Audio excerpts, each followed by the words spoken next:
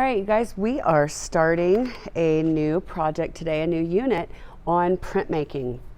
We are going to take a linoleum block that looks like this and begin carving. Essentially, we're making a stamp. You can see this one here has a little bit of pink as I have already stamped it onto this sheet of paper to show you what that will look like once you add ink and press it in.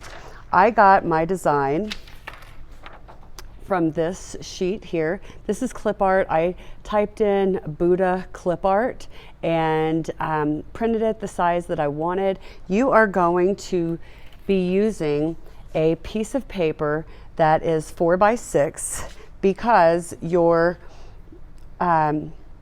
linoleum block is 4x6. So this is going to be the first step. I'm going to have multiple videos to show you how to do this. As you can see, I've got this fleur-de-lis design. I'm going to take my paper. I've got my fleur-de-lis on top of a light box, and I'm going to hold this in place the best I can. I'm going to begin tracing it. I want these lines fairly thick.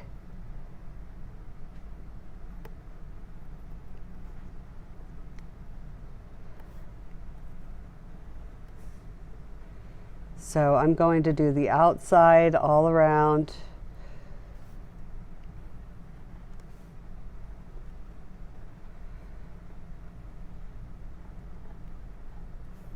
And the inside as well.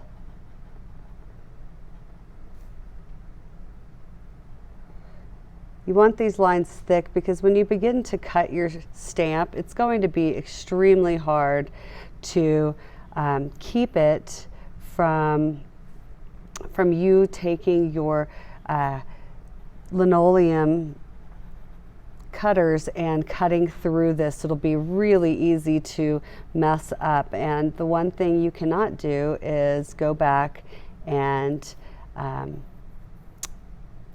glue a piece on. Once you take it off, it's gone. So that's something you have to be careful about. I'm pressing fairly hard because what we're going to do with this is make a transfer. So I'm going to take this image that I'm tracing and I'm going to transfer it onto my linoleum block. So I'm going pretty quick so I can get through this with you guys. Ooh, screwed up there.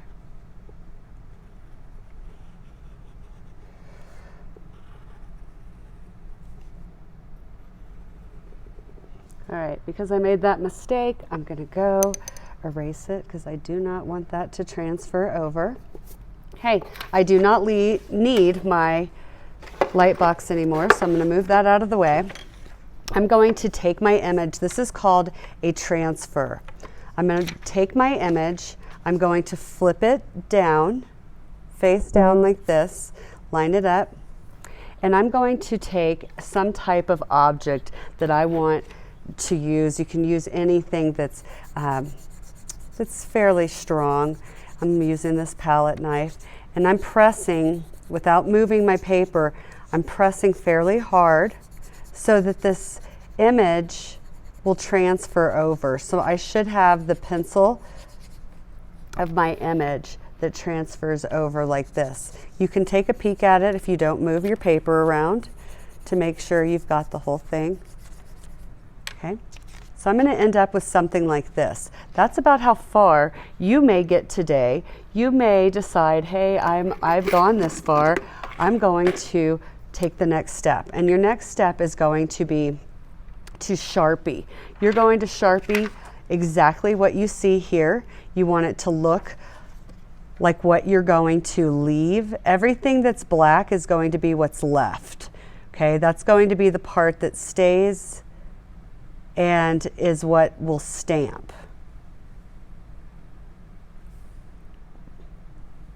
So I'm just doing these outside lines right now.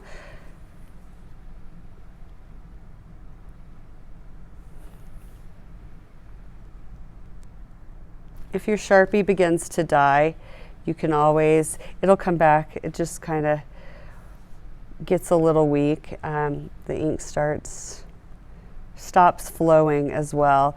So all you have to do is use another sheet of paper, write a little bit, write words if you want, and it should come back. It's not doing it as much as I want, but you can see it's starting to.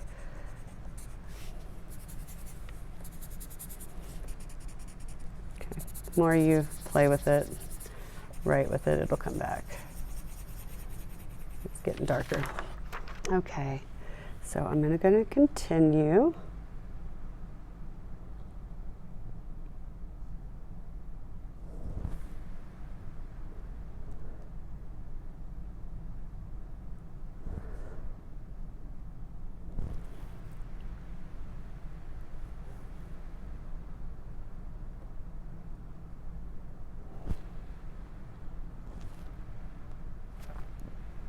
And as I said, after I'm finished with drawing these lines, I'm going to fill in all of the areas that are black in my original design. Okay, so I would come back, I would do all of this, I would fill it in, because that is going to be what I'm going to leave. So everything that's left white is going to be cut away. And this is just like extra insurance to make sure you don't make any mistakes. So you know, okay, that's what I'll be cutting this insides out, and I'll be cutting the background. Okay. So without keeping going at this point, you can see what you're supposed to do. You'll be coloring, like I said, everything that is black on your original picture. And that's it for today.